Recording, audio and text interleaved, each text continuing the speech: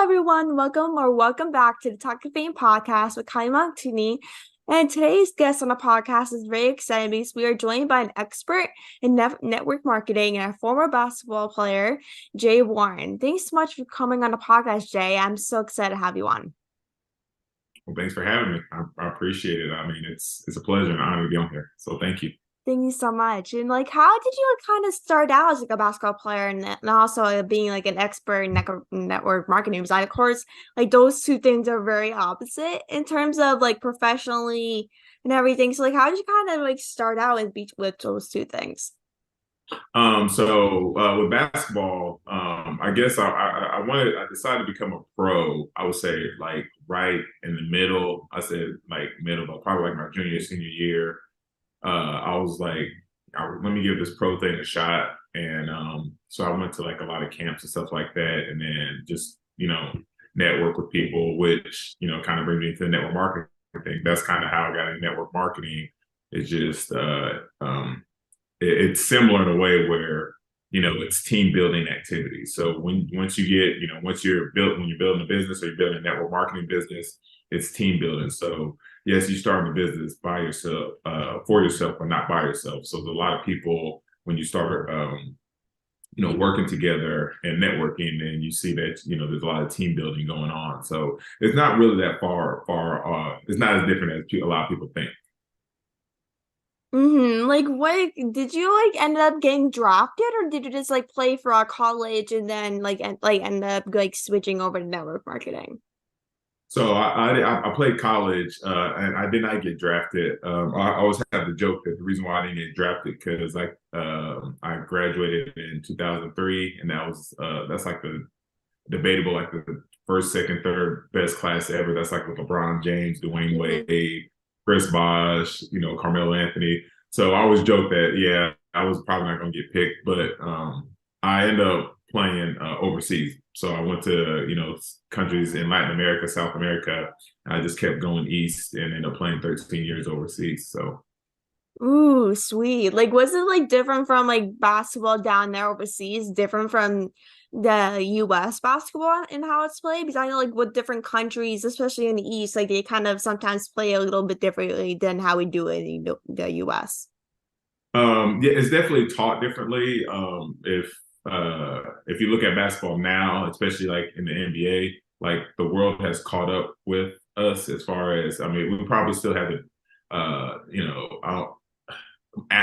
most athletic players in the world, but as far as talent, the talent is right there. So, and you can see that when, we play, in the Olympics or the World Games, the World Cup, Basketball World Cup. You can always see that the world has caught up with the U.S. So there's a lot of people who don't want to admit it, but if you pay attention, then you can see that the world has caught up with the U.S. in basketball. I with everything going on, I feel especially with the players we have now, Kyrie Irving, Kevin Durant, LeBron James, and every player we have, especially nowadays, especially LeBron with being as old as he is and playing for about especially say he got drafted in 2003 and now 2023 he's been playing for about 20 years now and played for about 4 different teams. And if you see the way when he started out and how it changed over the duration of 20 years, you can see comparison from the way the game played 2003 to now 2023 20 years later. Oh yeah, absolutely. Yeah, absolutely. And credit to LeBron to be able to evolve with the game because, the game, the way it's played now, is definitely not the game it was played when he got drafted. And, it's fun. If you're a basketball fan, it's fun to watch. If you are, there's a lot of old school guys who are just stuck no, this is the way you play basketball, or this is basketball. It's the same thing an interview, a podcast. People weren't having podcasts back in the day. You listen to the radio. What I mean? So just there's an evolution of way to, communicate and get information and content out there. So same thing with basketball. There's been an evolution of the game, and there's a lot of people who haven't accepted it, and there's people who have accepted it and been able to thrive. And, LeBron James is, he's one of those guys. He really is. And In terms of like network marketing, like what's kind of like your go-to like strategy for it? Like do you have kind of like a go-to strategy or do you kind of like go to different ones for depending on the person? So yeah, no, the strategy in network marketing, it's very simple. It's you just talk to people. And you talk to people just to see where they're at in life, with their business. And one of the things that the strategy that I use, I just ask if they're open to taking a look. So a lot of network marketers, they just want to get people in their business. Hey, you're gonna be a great fit on my team. You could do this on my team. You do that on my team. And I don't take that approach. I don't take that strategy. I just want to see if they are open to taking a look. If they are, great. If not, it's okay. But it doesn't mean unless they're like really negative to me and really like I don't like their energy, then I'll just address. I'll come back to them. A month later, 3 months later, 6 months later, especially when you start getting results and it's getting rolling. You just come back and be like, hey, this is, I've helped this person get, extra $1,000 a month. You sure you don't want to take a look, or I got, 4 people on my team making $5,000 a month. You sure you don't want to take a look? So, it just, you just ask to see if people are open to taking a look at what it is that you're doing. And then that's just been my strategy. So I don't, Mm-hmm. I'm not trying to hard sell anybody or convince anybody that network marketing is the best business out there. I just ask them if they're going to open to take a look. Mm-hmm. Like has that strategy like worked for you once you started it, or it's kind of like it has like oh it works the one day then doesn't work the other day type of thing? No, it's just like it's I would say in the beginning when I started my network marketing career, like I would listen to, my upline and people who were just like, hey, just get in front of a presentation, just get in front of, we'll hard close them. And the energy and the vibe that I got from that, it wasn't authentic because I don't want to, like me, I wasn't big on making people or pushing people into a business or pushing something they didn't want to do because what ends up happening, and I've seen this in my career, what ends up happening is that they're going to end up quitting anyway because they don't want to do it. So Yeah. that's why I always ask to see if they're open.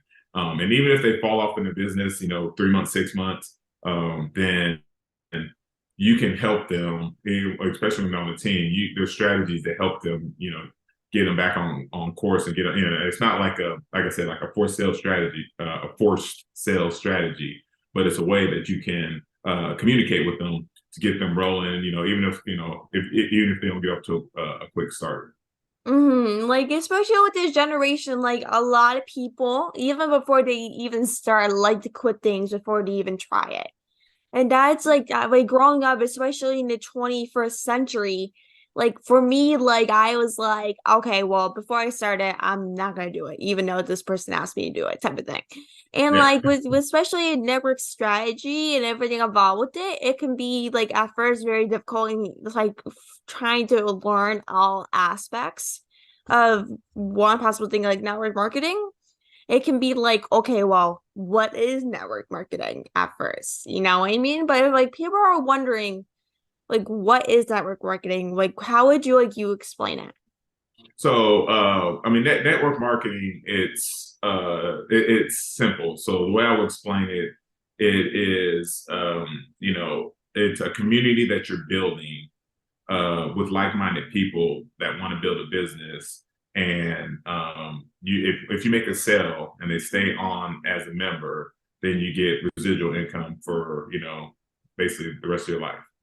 So you're building a team. So it's not just your efforts; it's your team's effort. So a lot of people, think that I got to do this, blah blah blah. And I'm not saying there isn't work to be done. You do have to do a lot of work Mm-hmm. to get it up and coming. I mean, that's just with any business, and that's with just work in general. Like if Yeah. if you got a gym membership, yeah, and you're like, well, I haven't lost any weight. Well, have you went to the gym? Have you actually did the exercises? So Mm-hmm. it's the same thing in business and the same thing in network marketing. Like there's work to be done, but the only difference is that you are getting paid off other people's efforts on your team.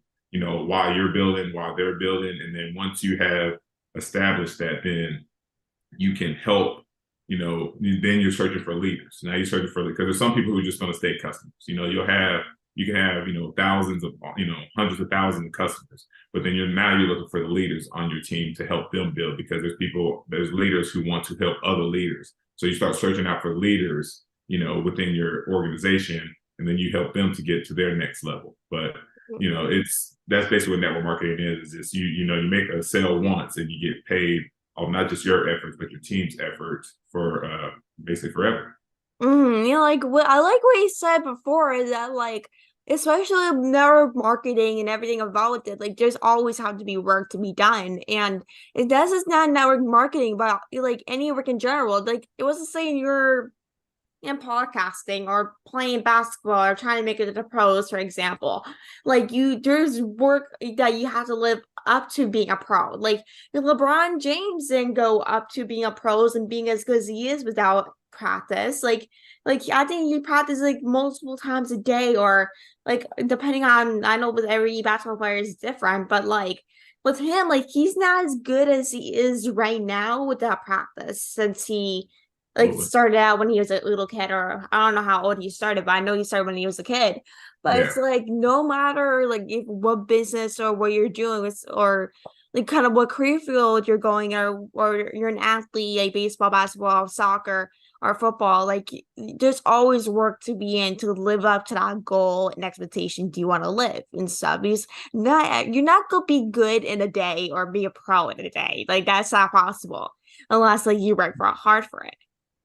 Yeah. Oh, absolutely. And I think that there's an idea, especially with media now, that you can be a pro in a day because you can edit it that way. Yeah. Yeah, But true. in reality, obviously, it's I mean, I think Kobe's the one that said it. It's like, you just get better, every single day, and over time, yeah, and I'm not talking time like 2 months, 3 months, 4 months. Over time, 5 years, 7 years, 8 years, 9 years. That's when you start looking at the body of work. So and so if you're going with that mindset, then you're going to be a lot more successful than just like if you're network marketing trying to get rich quick, or if you're trying to become a pro in anything, a pro podcaster, a pro entrepreneur, a pro businessman, a pro basketball, like whatever pro you're trying to be, like it doesn't happen overnight. You just Mhm. have to get better every single day. You just look to get better every single day, but you do have to be immersed in your industry. You got to understand what's going on. So you were talking about the LeBron James example. Like it's just not him training. There's studies or stuff online where he spends, $1.5 million on his body. Mhm. Um, so that's just not just training. That's nutrition. That's so he can get proper sleep. That's so he can get recovery. I mean, like there's all the stuff that he's spending is because it has been enabled him to play 20 years in the NBA, and I mean, which is amazing. Like Mhm. there's people who break down, in their, early 30s, 30, Yeah. 34, 35, and they're like, oh, my body won't take it anymore. Like LeBron James is what, 38, he's about to be 40. Yeah. He's like to play another, like a Tom Brady, play another Yeah. 3 or 4 or 5 years. It's Mhm. amazing.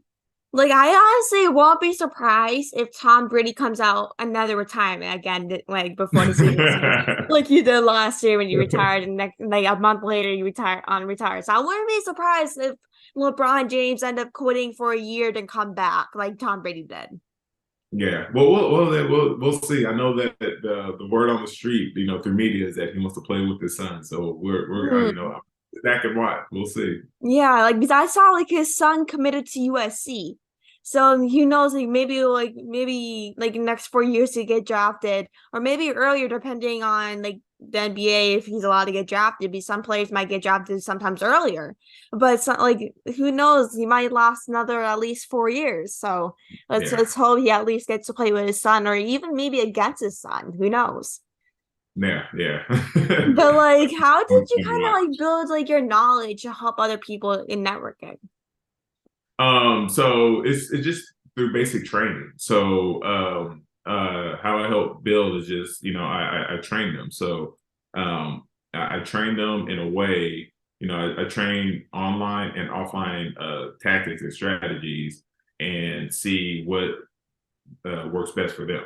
So there, maybe people who can communicate well through online. and there's some people who are older who refuse to go online, Yep. but they want to, yeah, I mean, yeah, you experience that too. Like they refuse to Mhm. go online. They probably never listen to a podcast, right? Yeah.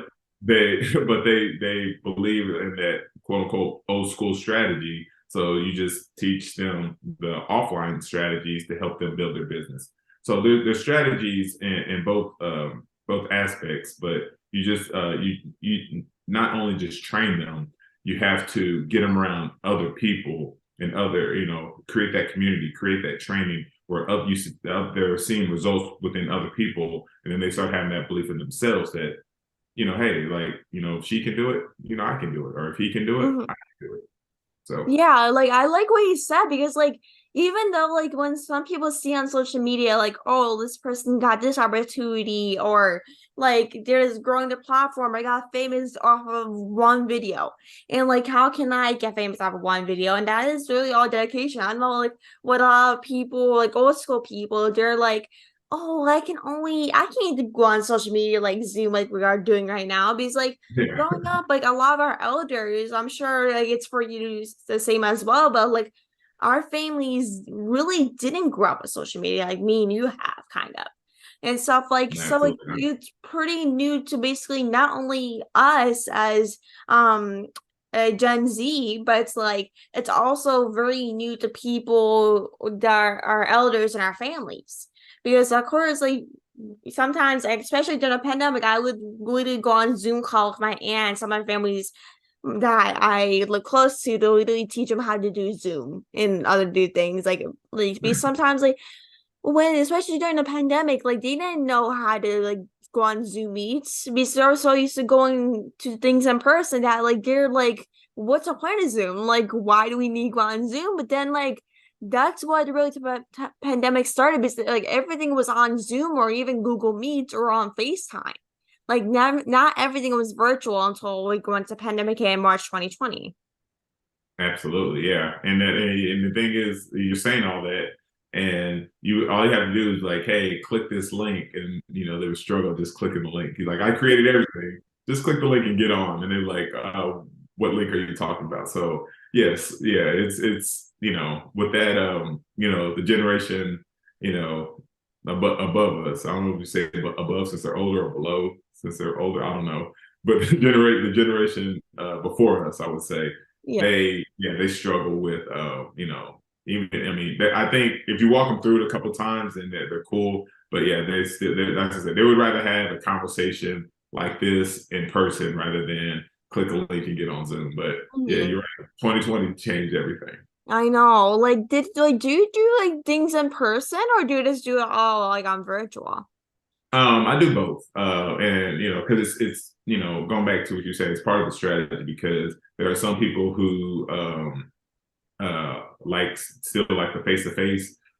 Me personally, I like doing Zooms and I like doing online stuff because I can get through things a lot faster. Yeah. I don't want to drive. I don't want to drive.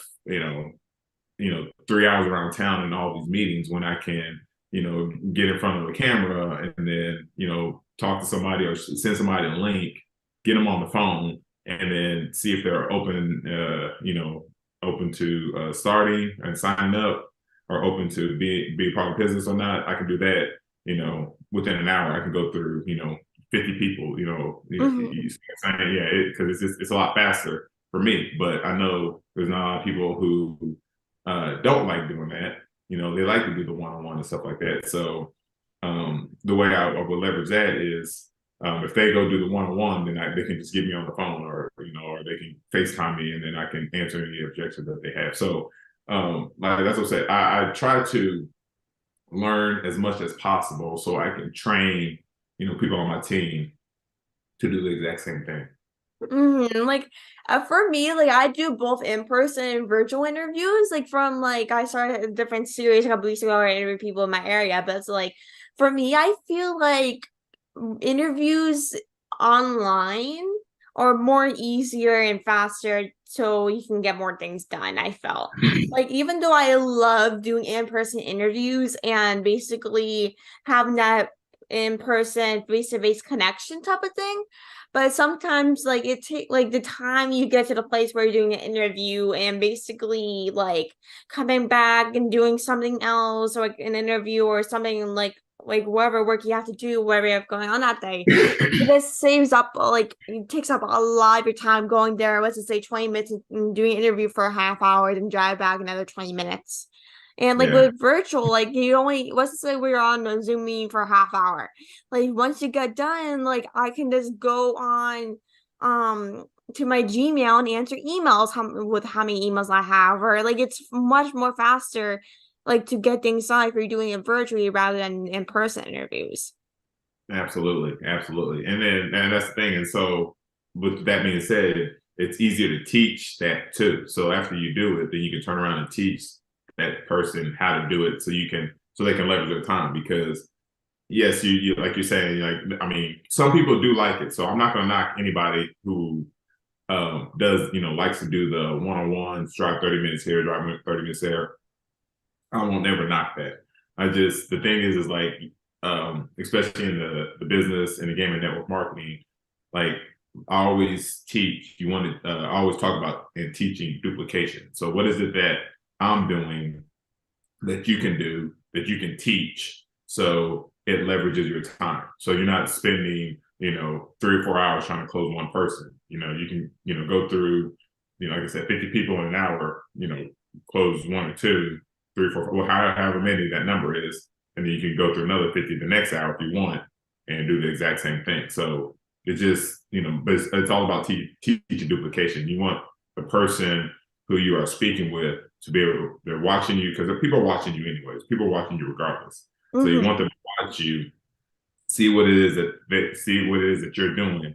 And if they watch you and they see like, oh, I can do that, you'll have a higher chance of signing them up. Exactly. And like, was it kind of like a challenge for you to go from like a basketball player into helping people in networking marketing? Like, was it kind of a challenge to go from one thing to another? In the beginning, yes, because I didn't know while I was playing that I was running a business, so to speak. Because like when you're a basketball player, you're still an employee. But like when you are traveling and going to, like you gotta, find your next job or find your next contract, so to speak, then you end up finding out that you're more of a business person than an employee. Yes, you're working for a club team or organization or all that stuff. However, like I would say halfway in my career, that's when that's what I was thinking like, hold on, wait, like yes, I may be an employee, but like I'm running a business. So the skills that you pick up or that I picked up, I can speak for myself, I won't speak for any other pros out there, but the skills that you pick up during that time, it helps you translate and helps that transition when you start running, a business. So once you start thinking like, okay, I'm running a business over here, in my professional stuff, I just use the same tools, the same knowledge I learned over here, bring it over here to the business world, and it's the exact same thing. Oh, it is the exact same thing in terms of like traveling and moving all over, like times like a job type of thing. Well, it's more not. Well, it can be like, but what I mean is in a way where, like the daily activities you do every day to prepare for a game, practicing a game is the same daily stuff that you prepare in business. So the stuff that you're doing to prepare, the stuff that you're doing in practice to prepare for a game, is the same stuff that you're doing. So like, the training that I teach is when you do that training, it's the same thing that you go out there when you're trying to sponsor and recruit people into your business. So you learn these sales methods, and you practice communicating with, other people. And then when you practice that, then you put it into the real life, the real world. And then when you bring those people back into the training, then they say like, oh, this is the way how you build it. This is the way what you do. This is how you answer these objections. This is how, so now you have a community of people who think alike, who are working alike, and then they go off and they're bringing their network in. Does that make sense? Yeah, that makes sense. I mean, like that made it more times better because like in terms of like let's just say like I don't know, like some like challenges in some of like training, like and like because I know like with like going from one area to another, it can be very difficult. Like in terms of like going from like a basketball player to basically networking, even though you travel a lot, like even both areas is basically the same thing, like with terms of traveling. But then like you're from the basketball player's perspective, like you just like you're traveling, like playing basketball and all these things every single day. But when you're networking, you're just doing basically research and learning and then teaching other people, you Well, know? yeah, so when you're and so in the basketball aspect, you are networking because that's how you're finding your other jobs. You see what I'm saying? That's how you're getting your other contracts. Yeah. So after you play games, you're talking to the coaches, you're talking to GMs, you're talking to other players. Because it's not guaranteed that that team is going to bring you back. I mean, you see that with I was saying this to was it my nephew? It was my nephew or his friend, whatever. Like, the Lucas of the world, the LeBron James of the world, the Steph Currys of the world. Like those are the 1%ers.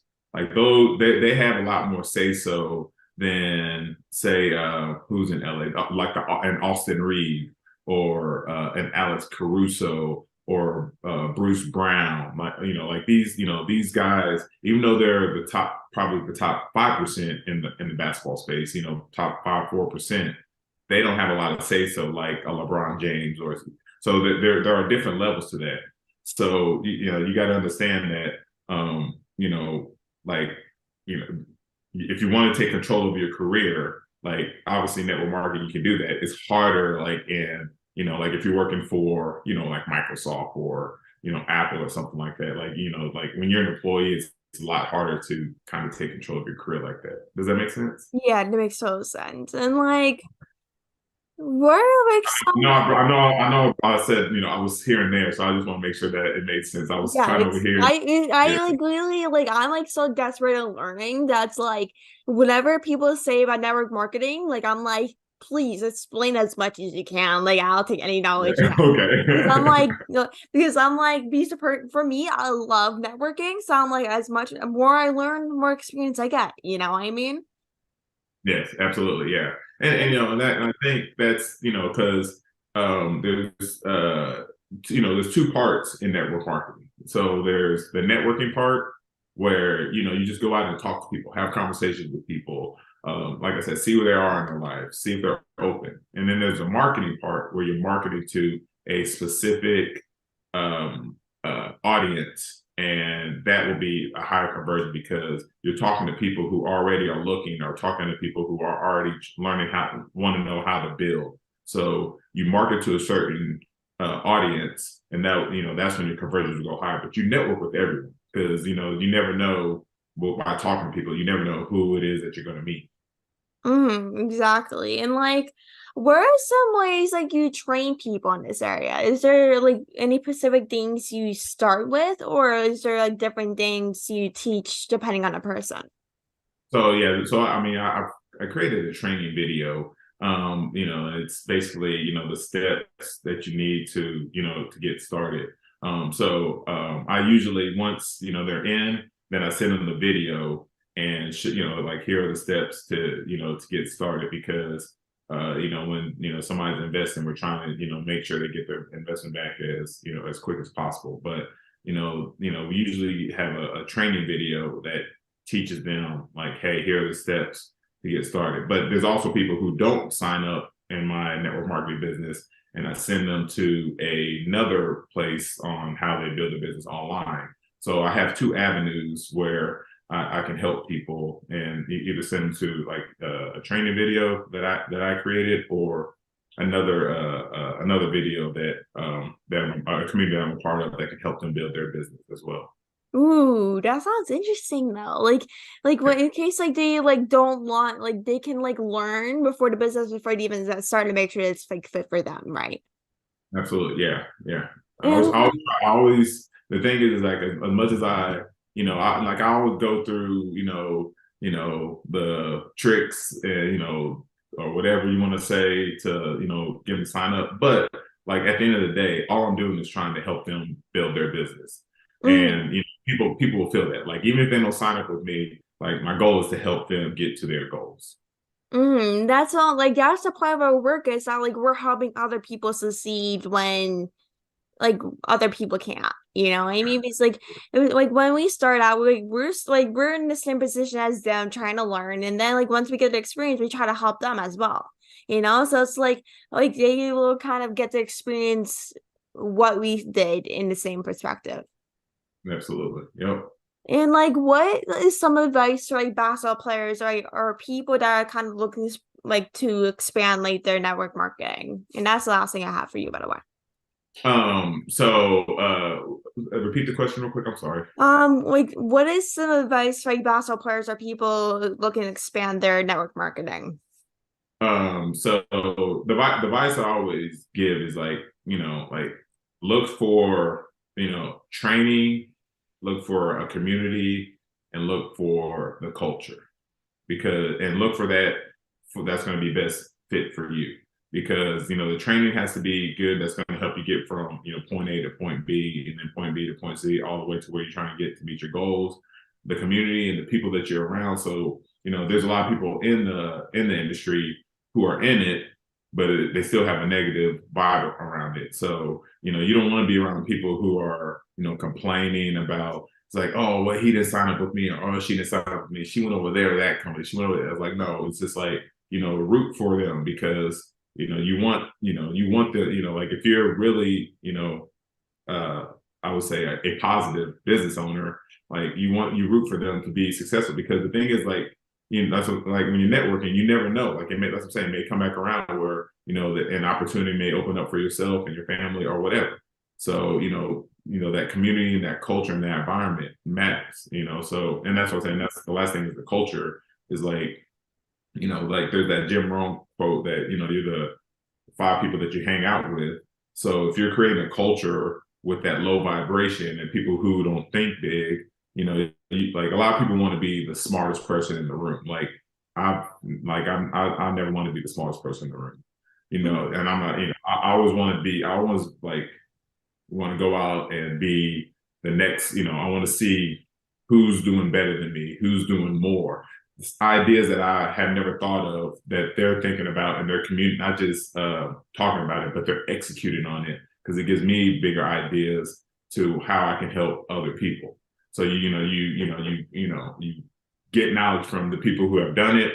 You train on it, you learn it, and then you pass it to people. And be like, hey, this person's doing it. I'm doing it. I'm learning it. Let's get as many people plugged in as possible to learn what it is that whoever wants to think bigger because there's some people who don't want to think bigger as well. So that's what I'm saying. I don't try to push them into anything. I just whenever they're ready, that's when I bring them over. That is so well said. And like I can't thank you enough for coming on the podcast. I'm so happy like me and you got able to connect. And thank you, if Victor, if you're watching this, thank you for connecting us. And I Shout out really to Victor. appreciate you taking the time. And thank you everyone for listening. Make sure to check Jay out. And like, where can people find you on social media or check out your business if they're looking to connect? So askjwarren.com is my website. I have a lot of offers and training on there. That's my blog post and my website. And then if you want to connect with me on social media, just go to Ask Jay Warren. I'm on Facebook, LinkedIn, Instagram, Twitter. So you just reach out to me and I'll answer whatever.